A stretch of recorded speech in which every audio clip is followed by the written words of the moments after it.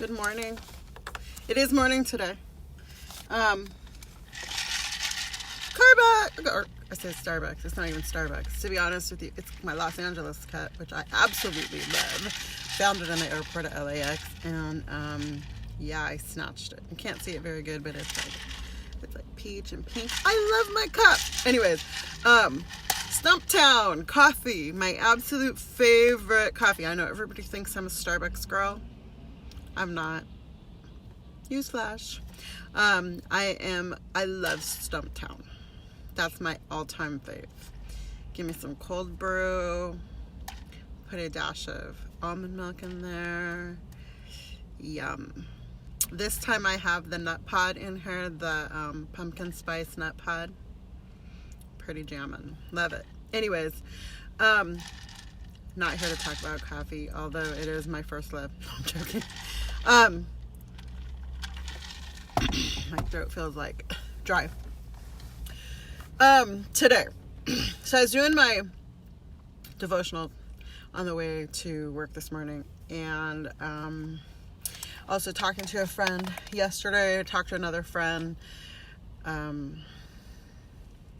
through text messages like last night and this morning, and talked to a couple of friends over the last couple of days. And yesterday I talked about uplifting, overcoming adversities and things that, people say about you, and, how, I worked through them in my life. Today, I kind of want to add, it's kind of building, I think everything I say is building on top of the next, or with the kind of backwards, sideways, upwards, downwards, in every which direction. But there are a few people in my past who I cherish a whole lot more than other people, not because they've done something so wonderful for me,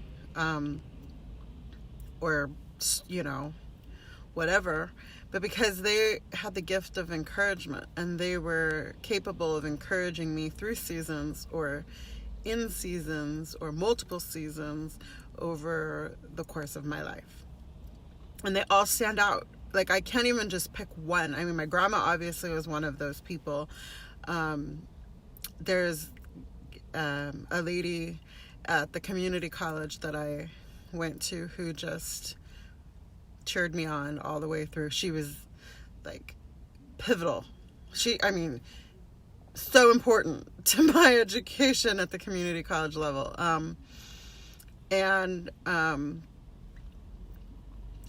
Different people. People along the way who've just stood by me, rallied. I've been really, really blessed in that department. If you have somebody in your life that's encouraging you, keep them close, because they can be life-changing in situations that are hard. I was talking to somebody yesterday, and I said, show me your friends and I'll show you your future. And that's true. If you're surrounded by a bunch of negative Nellies and by a bunch of people who are holding you down, or, you can't do that. So back up. When I was younger, I remember, my parents would ask me, what do you want to be when you grow up? And I would say, I want to be, first time, I said, I want to move to New York. I was going to work as a secretary and live in this big apartment with a lot of windows. It was a really high building with a lot of windows. I could see the apartment, I could see the windows, and it had beams through it. Didn't have rooms, and the only place I could even see that happening in was New York. And I know I said I wanted to be a secretary, but I think in my mind it wasn't even really a secretary. It was more like a business lady, right? But in the 70s, in early 80s, women weren't big in business at that time. So, a secretary would have made sense to me at that time. So I remember they laughed at me. They were like, oh, okay, it's expensive to live in New York City. And I was like, wait, great, wow, great way to crush my dreams.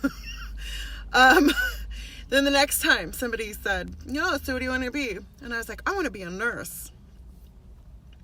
And again, you're not compassionate. Like, you're not a nurturing person. You can't be a nurse. You don't even like shots. And I was like, again, great way to be encouraging, right?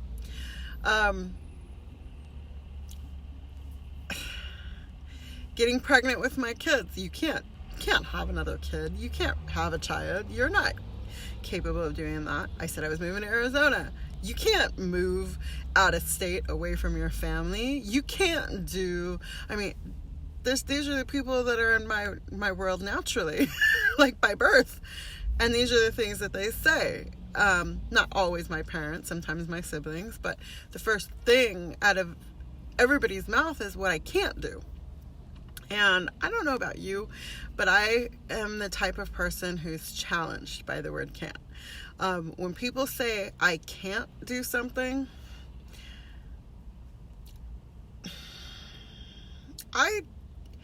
it kind of pisses me off. I mean, honestly, it kind of fuels me in a way where it's like it lights a spark in me where I want to fight back and I want to like show them that I can. When the doctor said I can't hear, yeah, I can hear. Maybe not the way you can, but I can still hear. You know, I don't like that word can't. It's just not, I might say it a lot at times, but I really don't like that word. And I'm going to actually challenge myself to not say that in 2020. Maybe for the rest of the year, I'll start there. From now until the end of the year, stop saying what I can't do. And instead of saying that, swap it for something that I can. Maybe that'll be my own personal challenge. Instead of saying I can't afford that, say I'll be able to afford that when I save up enough money. I don't know. I'm being creative here. But there are a few people who always, you know, tried to encourage me and push me forward. And there was a lady in Arizona, two of them actually, but one of them was my next door neighbor, and she would always just like, you know, you're so smart, you're capable, you could do whatever you want to do, and you know, I'm sure you can find something like this. And she was always encouraging me to find something else, to do something more, to push myself. And you know, I had a lot of fun in Arizona. I lived a good life in Arizona. And part of that was because of the people who I was around, you know. I was around a lot of really positive, encouraging people in Arizona, and my tribe in Arizona, I'm still friends with. Like, the people who I'm friends with in Arizona, to them, I'm still friends with now, because they're my people. They're people who are amazing people who I adore.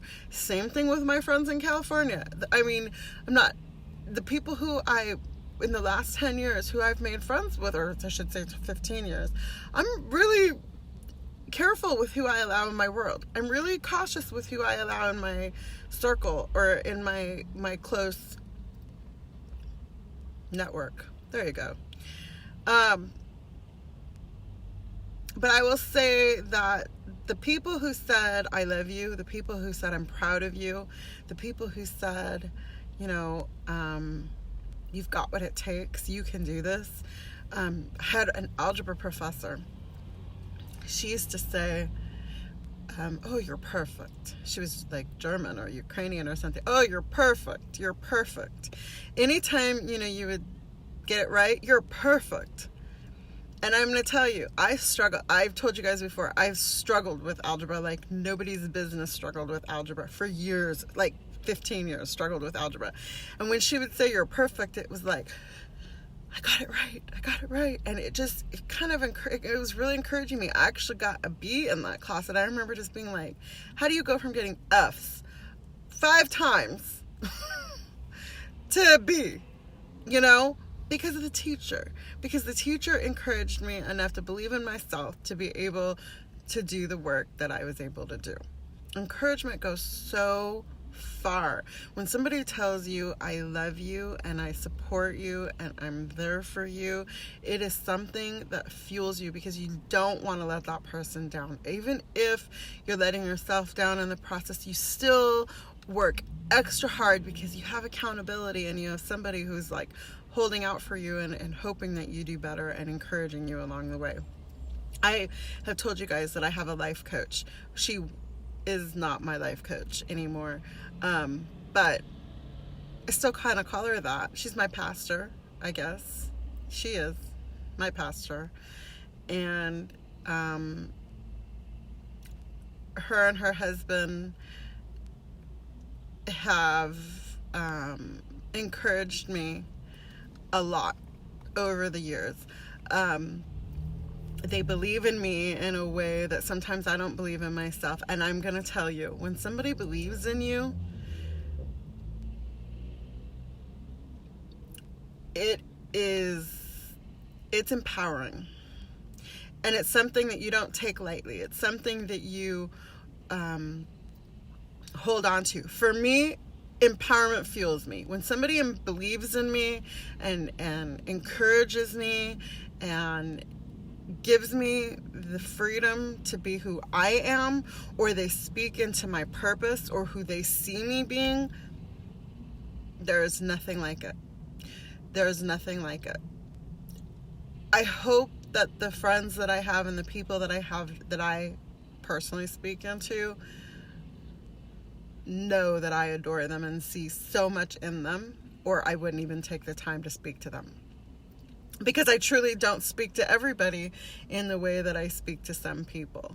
I have 2 girls specifically right now who I adore, who I talk to fairly regularly, who can reach, I mean, there's a bunch of girls that can reach out to me for anything, and they know that. But my grandma used to say, you always should have 2 friends, one who's older than you and one who's younger than you.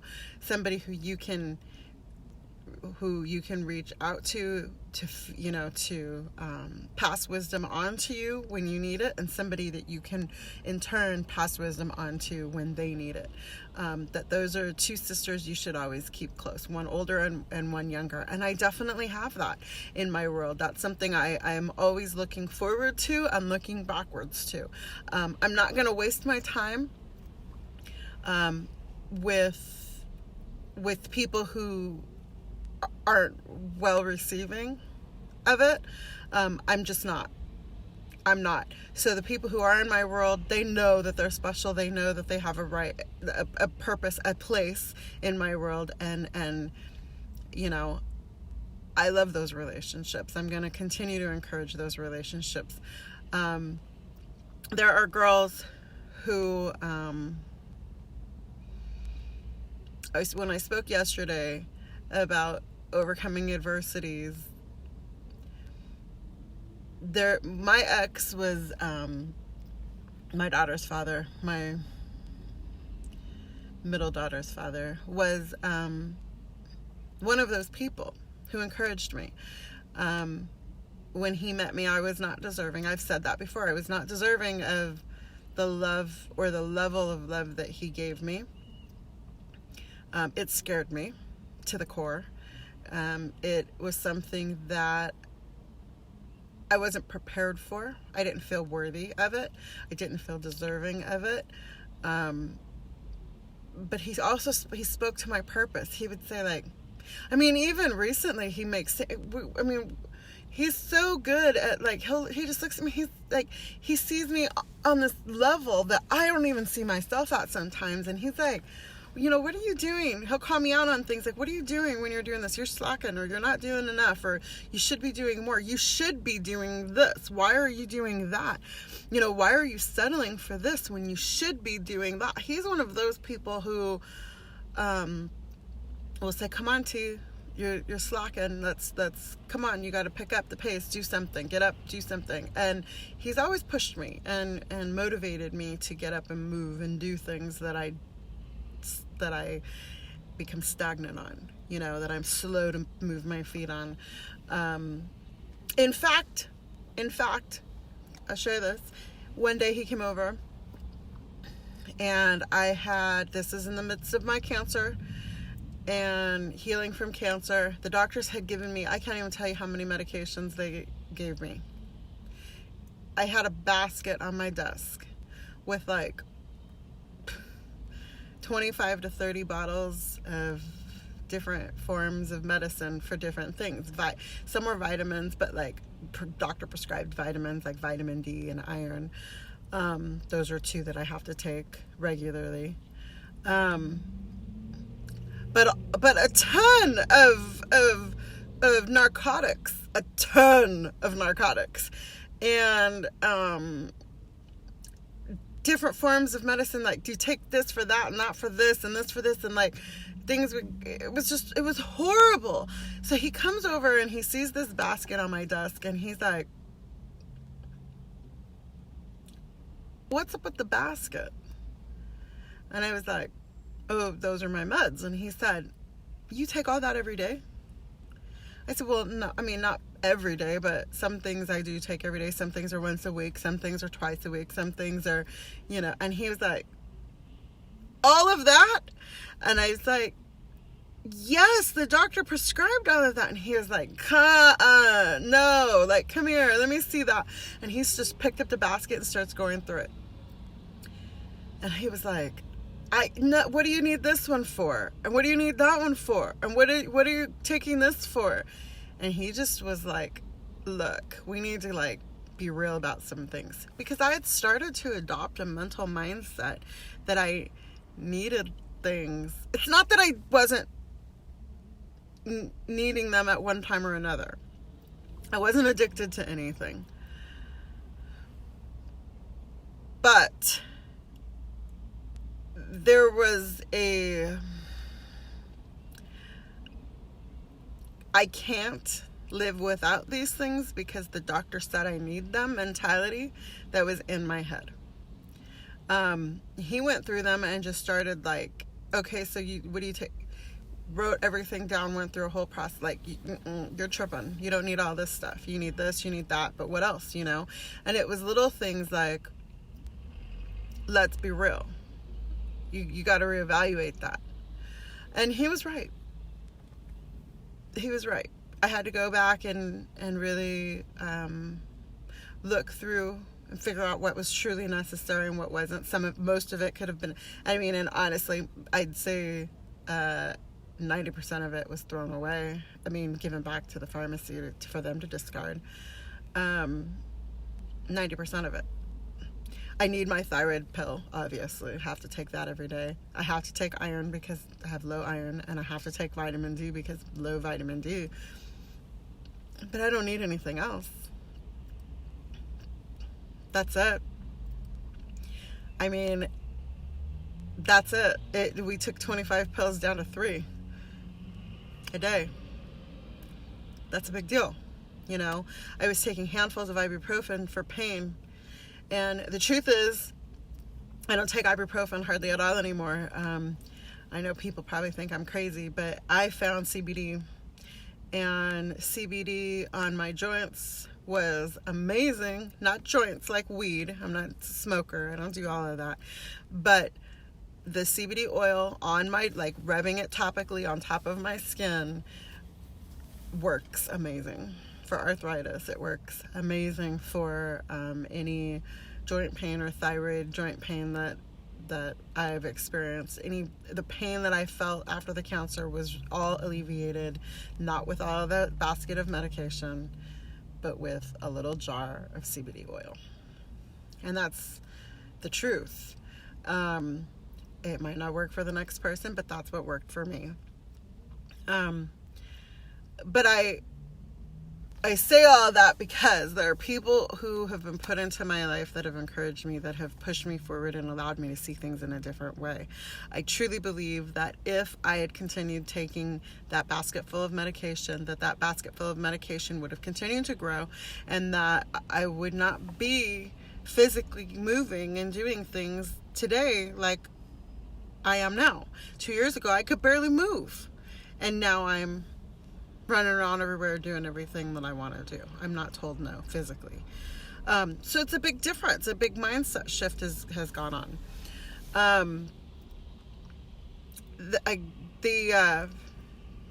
The professor, or not the professor, but the lady at the college is another huge part. I was technically homeless at one point. And living in a hotel, motel, whatever. It was like a long stay, extended stay America.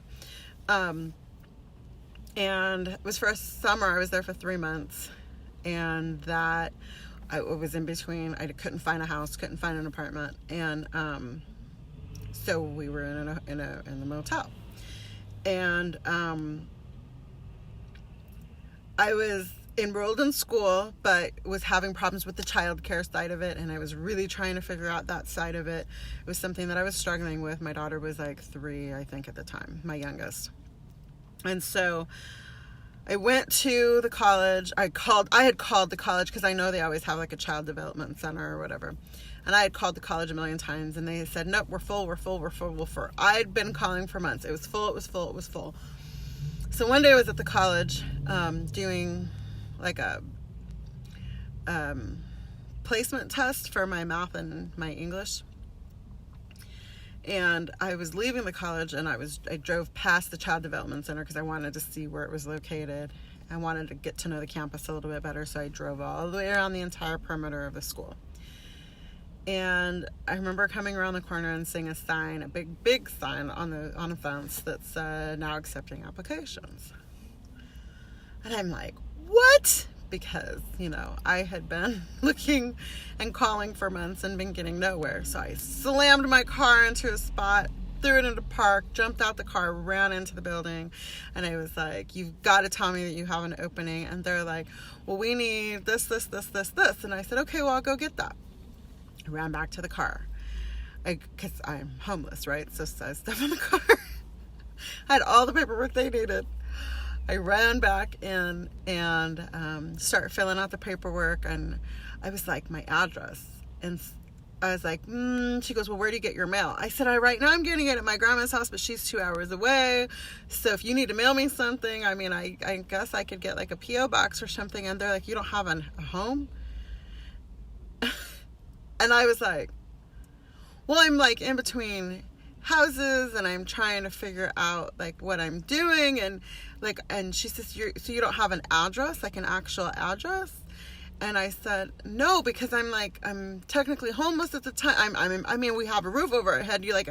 I'm trying to, and the more I was talking about it, the more emotional I became. And I don't like break down easy typically. So she was like, well, I mean, we're not going to be able to help you if you don't have an address, so like a home. I don't really know how I'm supposed to, you have to have an address. Like, what address are you giving the college? And I was like, well, I mean, it's like the one that's 2 hours away. But again, I mean, she says, well, if you're not in this area, how can you go to school? I said, well, I mean, but that's what I'm saying. I'm looking for an apartment. And the more I was trying to explain, the more emotional I was getting, because I felt like it was just so overwhelming. I couldn't explain and express how badly, in my mind, I needed this situation to work, because I needed my kid in this program so that I could go to school, so that things would continue to get better. And I didn't understand why this lady was like asking me these questions. And so the more she'd ask, the more emotional I was getting, and I started to cry. And I know my emotions were through the roof at that point. But this lady comes around the corner and goes, what's the problem? Like, I don't understand what the problem is.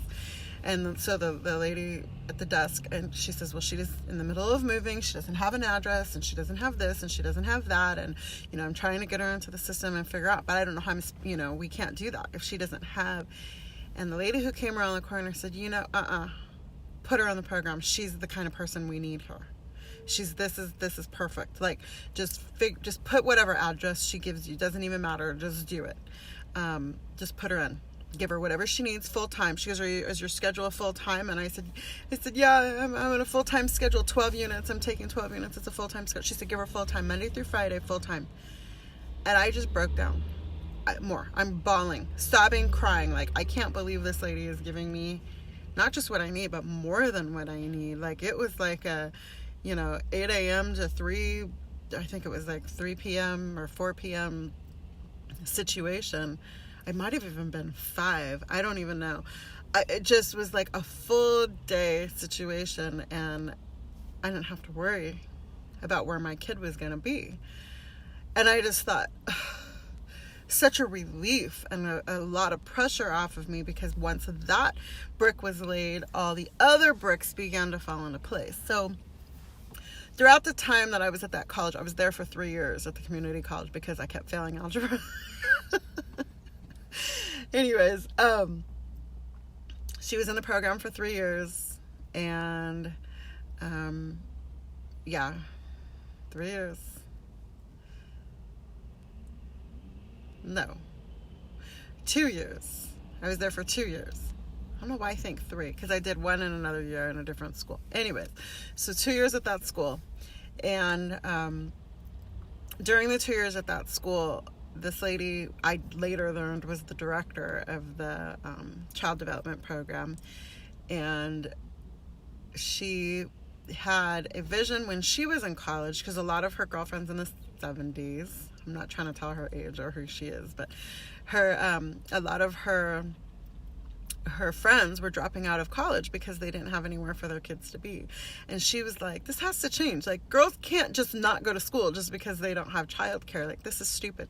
So she developed this program and wrote all these grants and got all these things done and just grew this program from nothing to something. And now it's like a multi-million dollar state-of-the-art school that kids can go to. And I mean, I was at the ribbon cutting that year.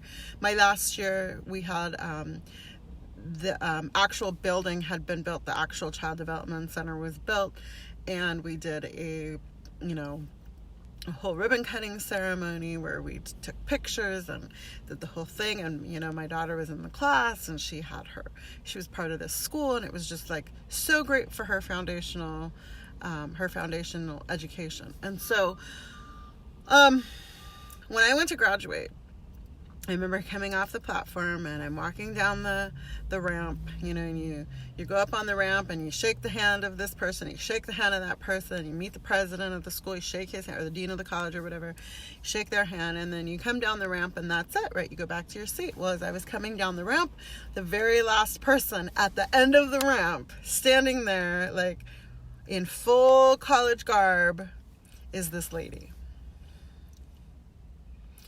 And I lost it. I'm going to cry now because she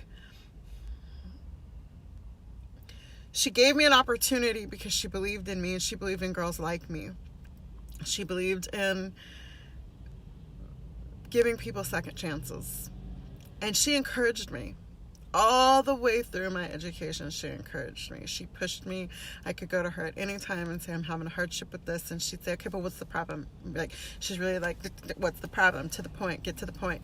And I would tell her, and she would say, okay, well, we'll just do this and just fix it. And she'd just take care of it. Always. It was always just like, you need to go talk to this person, or you need to go to that department and talk to them. And doors just opened when she spoke. I don't know why, but it did. So the fact that she believed in me, she said, I always knew you had it in you. I always knew you had it in you. It's the one thing she always says to me. I believed in you because I always knew you had it in you. And so here I am, a couple months ago, walking and graduating with my master's, and she's, again, right there. I knew you could do it. I always believed you could. I knew you could. I don't know what took you so long, but, I'm so glad you're finally here and done. And now she's like, when are you coming back to California so you can do da-da-da-da-da? And she's just on me like crazy. And I share that because that type of encouragement is where I've drawn my strength from. It's what pushes me when I don't think that I can. It's what fuels me and gives me the strength to continue to go on. When somebody says, I believe in you, you've got what it takes, I know you can do this, go for it. This message be your encouragement to say you're capable of doing it, you've got what it takes. If you need me to tell you I'm proud of you for doing whatever it is you're doing, I'll be the first person to say I'm proud of you. I'll be the first person to say I love you. I'll be the first person to say whatever it is necessary to get you to move, to get you to go do something so you're not stuck in a world that doesn't suit the life that you want. I mean, that's the thing. You have to decide what you want and go for it and not make excuses. You're not too old. You're not too late. You're not too fat. You're not too skinny. Just do it. Whatever it is that you want to do, whatever it is that you want to accomplish, just get up and do it. Start. I challenged my friend earlier. My best friend and I were talking, and I challenged him to find one thing today, like this week, that he can change in his world, that his future, this time next year self, will thank him for. If that's taking something out of his diet, adding an exercise into his routine, starting reading books, whatever the case may be, giving up a dirty habit, I don't know. Whatever it is that, taking a course, reading something. Like, I'm a big person into podcasts. Subscribe to a new podcast if that's what encourages you. There's a bunch of people that I follow that I adore, that feed me every day, that I have to listen to, because listen, there's so much negativity out there, so many things in this world telling you what you can't do, so many things in this world telling you what you shouldn't do, so many things in this world telling you, you're not able, you're not, whatever. They're constantly telling you no. You have to counter that with things that tell you yes. You have to counter it with a positive. There's just plenty of negatives, so go seek the positive. Go find the positive, because it's not going to just come to you. It's not.